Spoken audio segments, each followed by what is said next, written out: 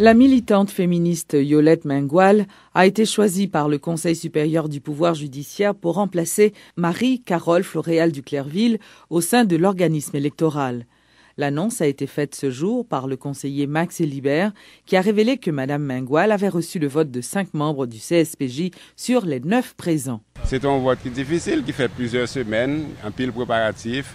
Donc, c'est à ça qu'on aboutit aujourd'hui. C'est son aspect très démocratique quand même. Il y a 5 personnes qui votent les justes, les démocratiques. Mais pour que ça soit nous-mêmes nous fixer le regard, non? Oh. 5 sur combien? On ne sait pas qui est-ce qui fixe le regard. 5 sur 9. Comment tu voté? Il y a certains conseillers qui parlent de questions.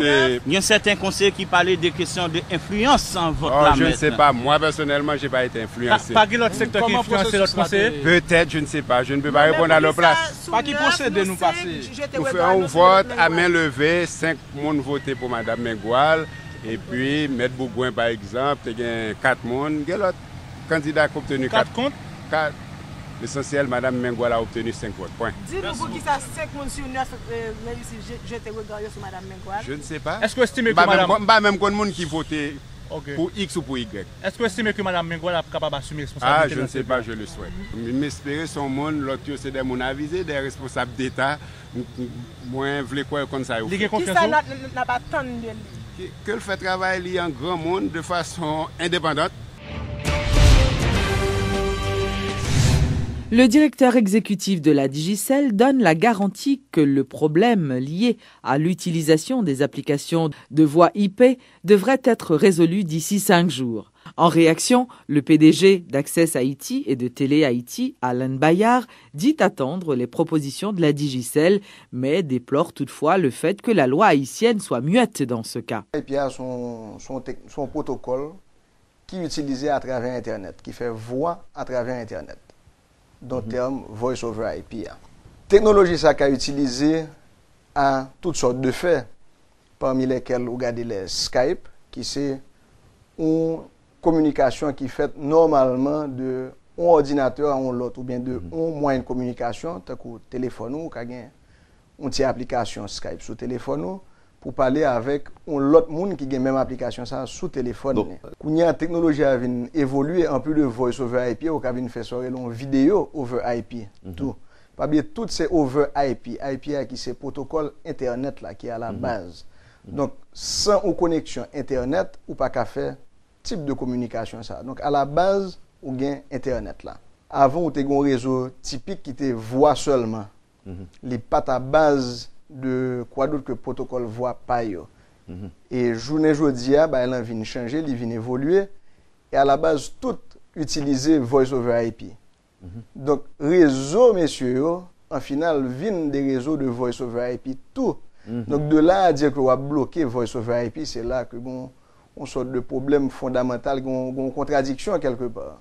Pour un utilisateur qui a fait Skype ou Viber ou autre, il faut que tu payé Digicel pour une connexion Internet.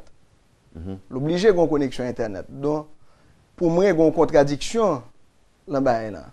Donc, comment faire dire que messieurs ça yo pas payé pour utiliser le réseau, tandis que client abonné à payer pour utiliser le réseau.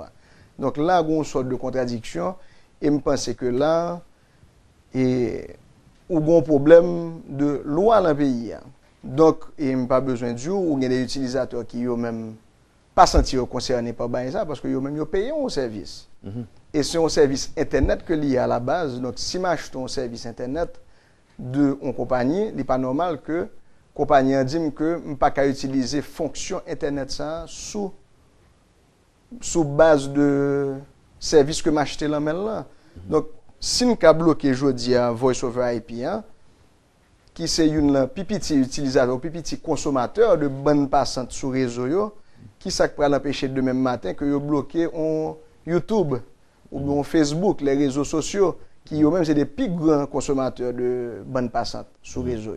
Rappelons que la Digicel avait bloqué au cours du mois de juin certaines applications de voix par IP telles que Skype, Magic Jack ou encore Viber, pour ne citer que cela, sur son réseau, en attendant de trouver un accord avec les fournisseurs Internet.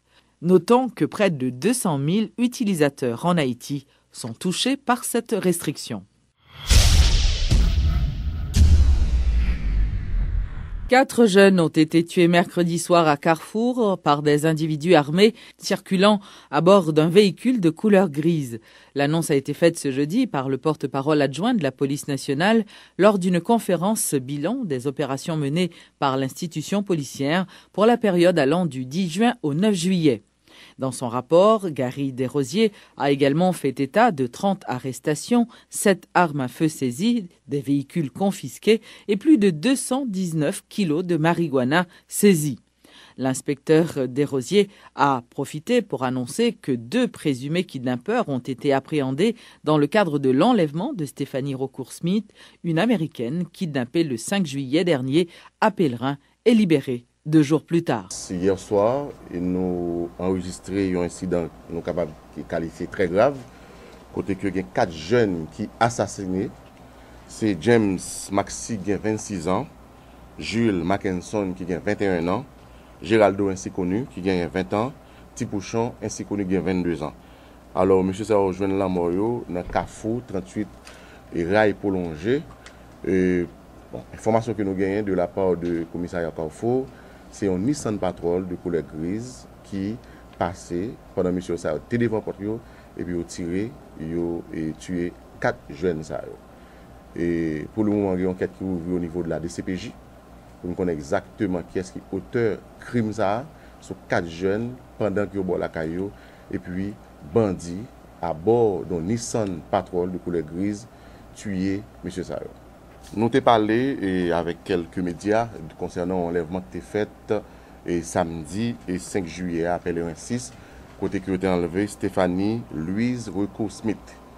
Et dame ça elle-même, elle est née aux États-Unis, mais elle a vécu en Haïti et depuis le tout petit. Côté qui a été enlevé le 5 juillet et pendant que elle a regardé un terrain dans Pellerin 6 et puis kidnappé a été enlevé. Et DCPJ a libéré le 7 juillet et dans l'avenue Christophe, plus spécialement dans l'école qui est l'United States of America, Alfama English School. Et DCPJ procède à l'arrestation parce que tu as une flagrance, parce que nous ne avons ni licence d'amenant, ni clé machine d'amenant, même sandal d'amenant, ça que nous sommes filmés dans le bureau, dans le tiroir, monsieur. Monsieur, c'est monsieur qui a dirigé l'école ça, United States of America, qui trouvait dans 41 avenue Christophe. Monsieur, il est Mario Noël. Alors, monsieur a opéré sur plusieurs noms. Monsieur était déporté déjà aux États-Unis le 2 décembre 2002. Alors, c'est Noël ça, c'est lui-même qui a enlevé Stéphanie Louise Raucourt. Et c'est dans le bureau, dans l'école là, que nous joignons ensemble de matériel que nous avons. Gilet tactique. Nous jouons un cordon parce que monsieur fait tête il passer pour policier parce que monsieur une dame qui le démarre avec lui, il était fait dame dans connaître ces policiers liés et il a travaillé à Pétionville, il a réalisé dame dans Québec et puis il dit il révoquer ou bien il démissionné. C'est ça le débat. Alors monsieur c'est monsieur qui directeur l'école là. Et puis tout tu procédé à l'arrestation tout de Lunis Moïse qui deux monsieur Sao impliqués dans kidnapping qui est fait sur Stéphanie Louise Raucourt-Smith. Clôture ce mardi d'un atelier de formation organisé à l'intention des jeunes en infraction avec la société. Cette séance de formation est une initiative de la direction de l'administration pénitentiaire via le Centre de rééducation des mineurs en conflit avec la loi. Suivez les explications de Guito Rivière, l'un des intervenants, et du responsable de Sermicole, Pierre Dieusilhomme Joseph. Il est important que jeunes saillent le travail que nous avons fait avec eux, il faut une bonne idée derrière nous qui c'est leur réinsertion. Mais réinsertion, elle passe par des approches, elle passe par des méthodes d'intervention. C'est la principale raison de l'atelier de formation. Ça. Donc, mais l'autre bagage qui est extrêmement important, c'est connaître la clientèle. Comment voulez-vous intervenir auprès de la clientèle, préparer avec lui des méthodes d'intervention sans connaître le parcours de ce jeune. Parce que nous avons besoin de connaître qui est ce jeune. Parce que des fois, on se ramasse avec des jeunes qui ont des problèmes de comportement, mais c'est des problèmes de comportement liés à des problèmes purement psychologiques. Donc, si ces problèmes ne sont pas résolus au départ, des problèmes psychologiques ou encore des problèmes génétiques, donc il faut que tu connaisses le jeune avec qui tu travailles, établir des liens de confiance avec lui pour pouvoir préparer un plan d'intervention avec lui et puis permettre que les réinsérer la société comme il se doit. Donc nous avons besoin de jeunes qui sont là pour les imbu, intérioriser les valeurs que souvent que le pas de dehors, et puis le tourner pour gagner un autre comportement, et ce sera au bénéfice de la société en général. Donc que jeunes arrivent gagner un très bon cheminement dans sa vie et en général.